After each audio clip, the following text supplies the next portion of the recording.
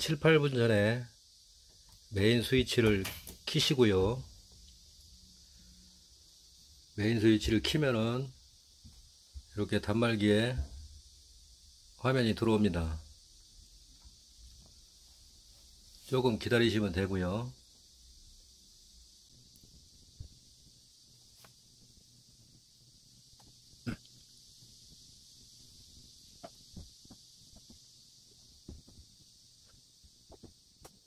조금 기다립니다. 운행정보 송수신이 완료되었습니다. 이렇게 안내방송이 나오면서 운행 시작 대기 중이라는 화면이 표시됩니다. 간혹 보면은 야간에 운행을 마치고 오후반 기사님이 이 메인 스위치를 꺼놓을 경우가 있습니다. 이쪽에 있고요. 이렇게 꺼져 있는 상태면은 오른쪽 밑에 보면은 스위치가 있습니다. 요거를 왼쪽으로 이렇게 올리시면은 그 첫 화면이 나오는 겁니다. 당황하시지 마시고 오른쪽에 스위치를 키시면 됩니다. 간혹 가다가 이제 눈이 밝으니까 야간에 끄고 회사로 들어오는 경우도 있습니다. 그러니까 이 경우에는 메인 스위치 켰을 때 화면이 안 나오면은 밑에 하단에 스위치 오른쪽에 있는 거 키시면 됩니다.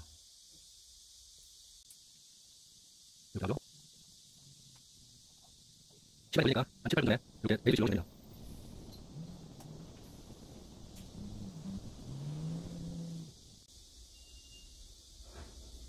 운행정보 송수신이 완료되었습니다. 이렇게 운행 시작 대기가 되어 있습니다. 이렇게 운행 시작 대기 중 화면에서 운행을 시작하려면은 운행 버튼을 누르면은 운전자 아이디 입력이 나옵니다. 이렇게 아이디 입력을 하시고요. 확인을 누르시면 됩니다. 그러면 이렇게 노선 번호가 나옵니다. 여기서 종점지로 가게 되면은 상행 하행을 맞춰주면 되는 겁니다. 이 상태에서 확인을 한번 누르시고요. 이제 종점지로 가기 때문에 상행을 누르는 겁니다. 운행을 시작합니다. 상행을 누르면은 이렇게 운행을 시작합니다 하고 방송에 나옵니다.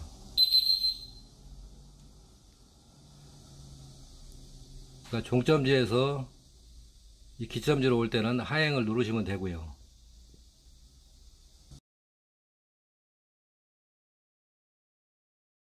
메인 스위치 위쪽에 보면은 행선지 표시 간판 등이 있습니다. 이 스위치는 요거를 누르시면 됩니다. 지금은 끈 거고요. 이렇게 누르시면은 전면과 후면에 행선지 표시가 나옵니다. 초보 때는 이 등을 많이 꺼놓고 다니는 실수를 하게 됩니다. 꼭 확인하시기 바랍니다.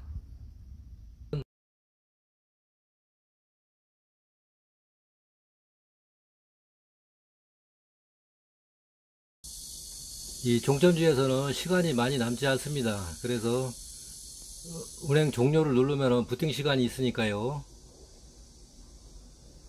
운행을 누르시고 운행을 한 번 더 누르셔도 돼요. 그 다음에 확인을 누르시고요. 하행을 누르시면 됩니다.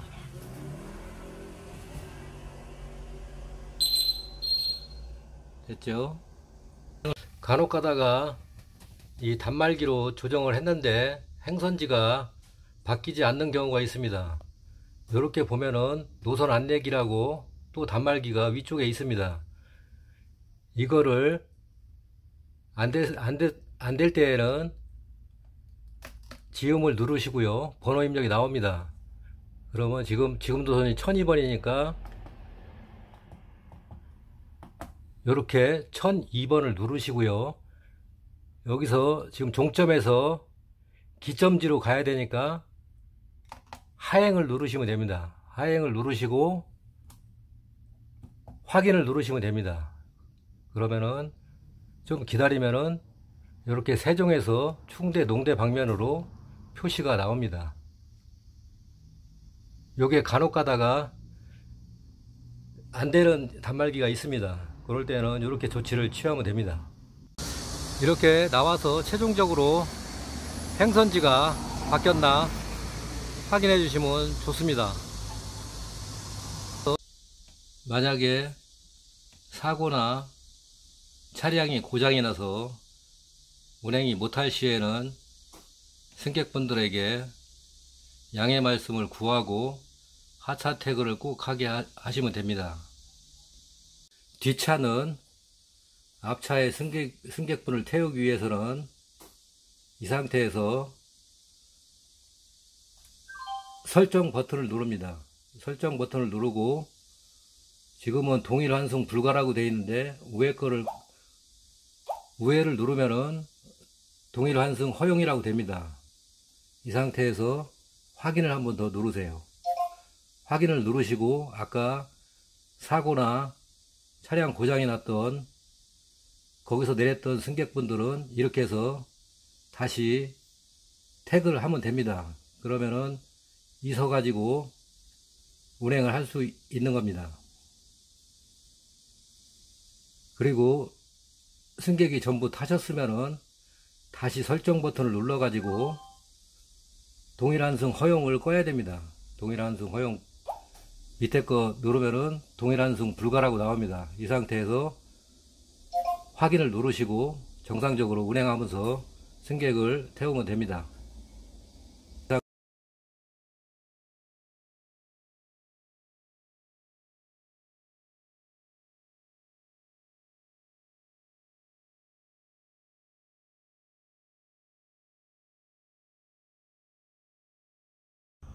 이렇게 단말기에 보면은 부가 기능이라는 버튼이 있습니다. 터치를 하시면은 차내 방송이 있고요. 차내 방송을 터치를 하면은 이렇게 차내 방송 멘트가 있습니다. 여기서 제가 가끔 사용하는 거는 어르신한테 어르신 등 교통약자에게 자리를 양보해 주시면 감사하겠습니다. 이렇게 자리 양보와 다시 해볼게요. 부가 기능 누르고요. 차내 방송 누르고 차내 정숙 이 버튼을 누릅니다. 차내에서는 작은 목소리로 대화나 통화해 주시기 바랍니다. 이렇게 조금 쓰시면은 그래도 좀 편하게 쓰실 겁니다. 그리고 또 쓰는 기능은 부가 기능 누르고요. 차내 방송 누르고요. 만차가 됐을 때 뒤로 이동하라는 안내 방송이 있습니다. 입구가 혼잡하오니 안전운행을 위해 안쪽, 뒤쪽으로 이동 부탁드립니다. 이렇게 적절하게 사용하면 좋을 것 같습니다.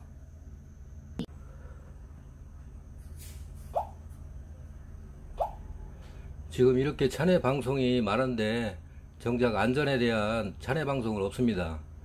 여기서 일부 차내 방송을 빼고 차내에 안전하게 승하차 하라는 그런 방송을 넣었으면 좋겠습니다. 그렇게 한번 문의를 해볼게요.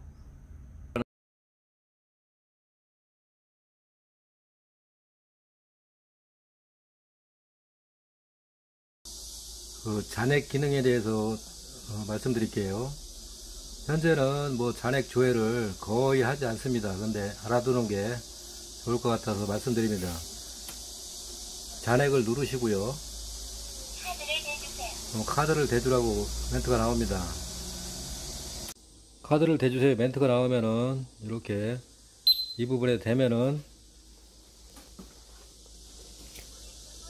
이렇게 정보가 나옵니다. 보이시죠?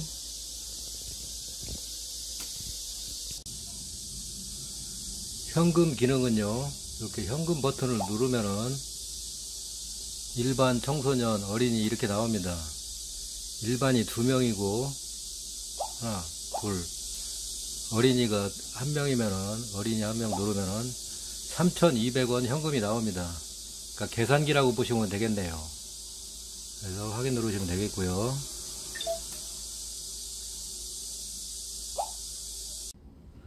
이게 승하차 단말기가 앞문으로 들어오면 여기 하나 있고요. 뒤쪽에 뒷문 쪽으로 두 개가 있습니다. 앞에 손님이 카드가 잘 안 돼가지고 뒷손님이 밀려 있을 때는 뒤로 가서 찍으시라고 하면 됩니다. 뒤에서도 이렇게 찍으시면 됩니다. 간혹 가다가 버스를 많이 이용 안 하시는 분들은 이 화면에다 이렇게 대는데 이 밑에다가 대시라고 말씀해 주시면 됩니다. 하차도 마찬가지로 사람들이 많이 밀려 있을 때는 앞으로 오셔가지고 앞문에서 하차 태그 하고 내리셔도 됩니다. 운행하시다 보면은 여러 명이 동시에 카드 하나로 승차할 수 있습니다. 이걸 다인승이라고 하는데 일반이 2명이 타시면은 이렇게 일반을 2번 눌러주시면 됩니다. 거기에 어린이가 1명 있다고 그러면은 어린이 1명 이렇게 해서 확인을 누르시면 됩니다. 카드를 대주세요. 그러면 카드를 대주면은 요금이 정산됩니다. 감사합니다.